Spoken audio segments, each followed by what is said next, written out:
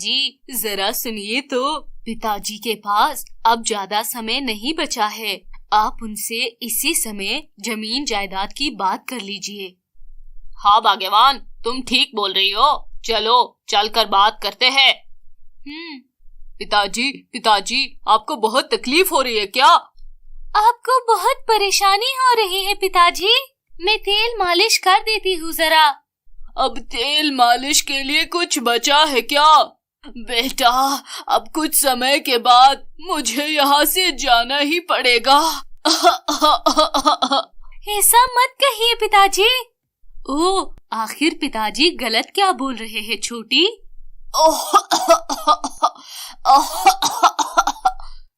सही कहा पिताजी, मुझे आपसे एक बहुत जरूरी बात करनी है। मतलब कि आपके जाने के बाद खेत खलियान का क्या होगा? मतलब कि किसे क्या मिलेगा? बस आप ये बता दीजिए जरा। अरे भैया, इस समय क्या ऐसी बातें करना ठीक रहेगा? रवि बिल्कुल सही बात कर रहा है रतन। मेरे पास 2 बीघा जमीन है, वो तुम दोनों आपस में बांट लेना बेटा। रतन, रवि तुम्हारा बड़ा भाई है, इसलिए अपने बड़े भाई की बात मानना। जी ठीक है बाबा।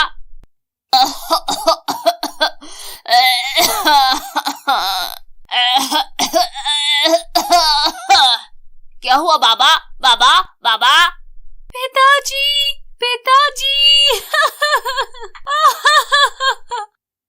भैया, ये सब बातें करना क्या अभी जरूरी था? अरे बिल्कुल था। दोनों भाई अपना अपना हिस्सा लेकर खेती बाड़ी करेंगे। ये ले, ये वाला हिस्सा तेरा है। मतलब इतनी बड़ी जमीन में इतना छोटा सा हिस्सा मेरा है? नहीं नहीं नहीं नहीं नहीं नहीं नहीं, ये कैसे हो सकता है? मैं कैसे मान सकता हूँ ये? नहीं नहीं नहीं नहीं। रतन, पिताजी ने क्या बोला था? तुम इतनी जल्दी भूल गए? पिताजी ने बोला था कि भैया की बात मानना। हाँ, लेकिन ये कोई लेकिन वेकिन नहीं। मैं जो कर रहा हूँ तुम्हारे अच्छे के लिए कर रहा हूँ। पहले अच्छी तरह से खेती तो करना सीख जाओ, फिर जमीन ले लेना। तब तक पूरी जमीन पर मैं ही खेती करता हूँ। ये सब मैं तुम्हारे अच्छे के लिए ही कर रहा हूँ। आपको सीधा साधा पाकर आपके भैया ने आपको ठग लिया है, समझे? तो मैं क्या करूँ भाग्यवान? तुम्हें याद नहीं, पिताजी ने कहा था कि भैया की बात मानना। अगर भैया से झगड़ा करूँगा तो पिताजी के बात की मान नहीं रहेगी। आपके जैसा सीधा साधा बंदा इस धरती पर कोई नहीं है। आप बहुत अच्छे इंसान हो। हाँ, चिंता मत करो भाग्यवान, चिंता मत करो। मैं अपना कर्म करते जाऊंगा। ऊपर वाला उसका फल एक ना एक दिन मुझे जरूर देगा। तुम देख लेना, देख लेना। अरे, मैं तो यही चाहती हूँ। अब मैं चलता हूँ भाग्यवान। उस जमीन पर बैंगन के 2 पौधे लगाने हैं।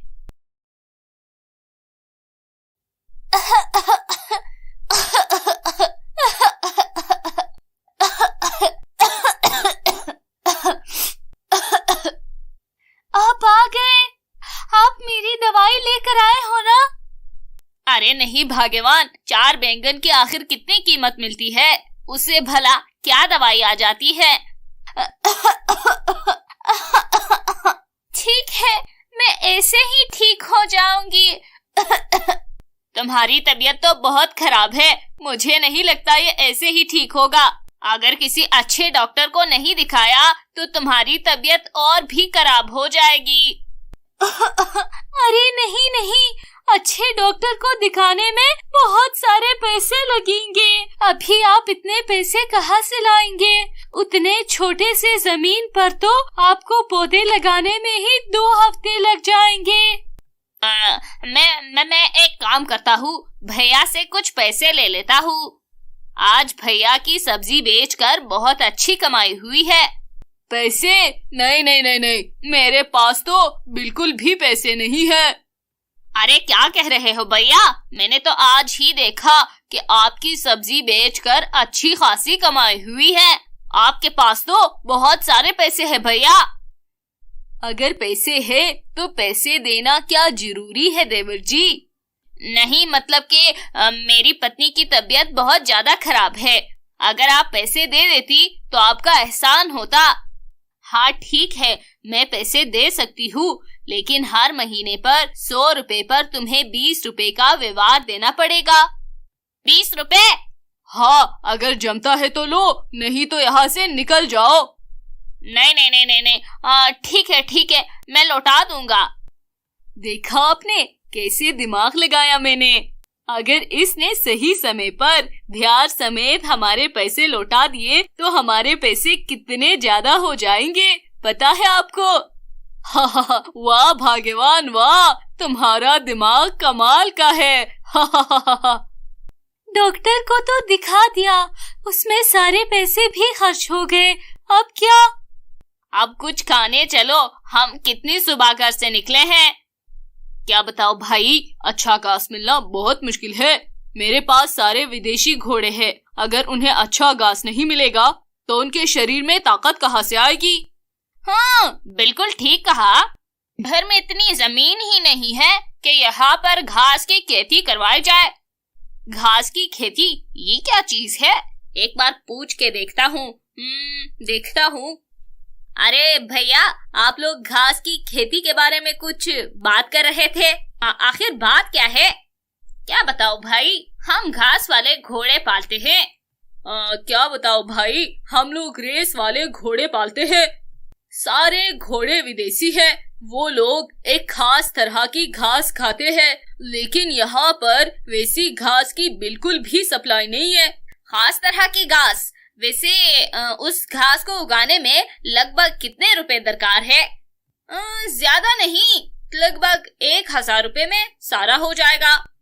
हमें बस जमीन चाहिए। उस घास की कीमत बहुत है और यहाँ जमीन की कमी की वजह से मैं करूँगा। मेरा घर गांव में है, वहाँ मेरी थोड़ी सी जमीन भी है। अगर वहाँ जाकर उस जमीन पर घास की खेती करूँ तो क्या आप लोग उसका मुझे पैसे देंगे? फिर क्या आप लोग मुझसे वो घास खरीदेंगे?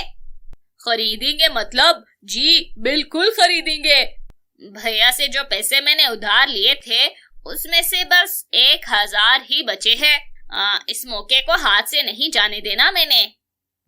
उस घास की बीज यही एक दुकान में मिल जाएगी, चलिए मैं आपको वो दिखा देता हूँ।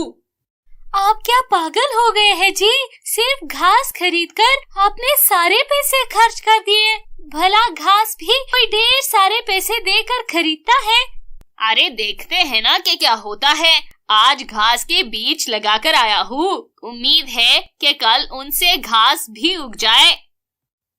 अरे वाह, एक दिन में ये इतने बड़े हो गए हैं।